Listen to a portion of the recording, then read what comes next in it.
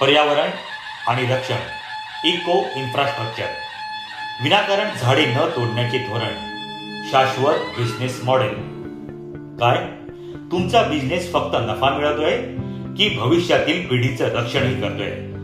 400 वर्षांपूर्वी शिवरायांनी आज्ञा दिली होती, रयतेने लावलेली झाडं लाकडासाठी तोडू नका. यालाच म्हणतात सस्टेनेबल बिझनेस मॉडेल. आरमारासाठी लाकूड हवं असताना महाराजांनी सक्त ताकीद दिली होती, आंबा फणस ही झाडं रयतेने पोटच्या मुलासारखी वाढवली आहेत, ती तोडू नका.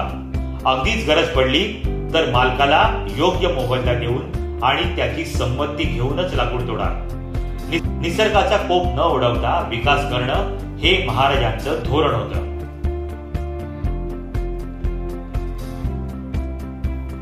धोरण आणि नीती, द स्ट्रॅटेजी. आजच्या कॉर्पोरेट जगात यालाच ESG, environmental, social and governance म्हणतात. निसर्गाचा ऱ्हास करून केलेला बिझनेस जास्त काळ टिकत नाही.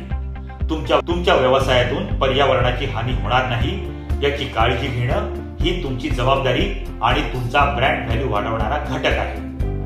Management lesson. साधन सामग्री वापरताना तिचा दुरुपयोग टाळा. जेव्हा तुम्ही पर्यावरणाचे रक्षण करता तेव्हा पर्यावरण तुमच्या व्यवसायाचं रक्षण करते. इको फ्रेंडली असणं हाच भविष्यातील सर्वात मोठा बिझनेस मंत्र आहे. पर्यावरण वाचवण्यासाठी तुम्ही तुमच्या ऑफिसमध्ये किंवा कामात कोणतं छोटं पाऊल उचलत आहात? कमेंटमध्ये नक्की सांगा.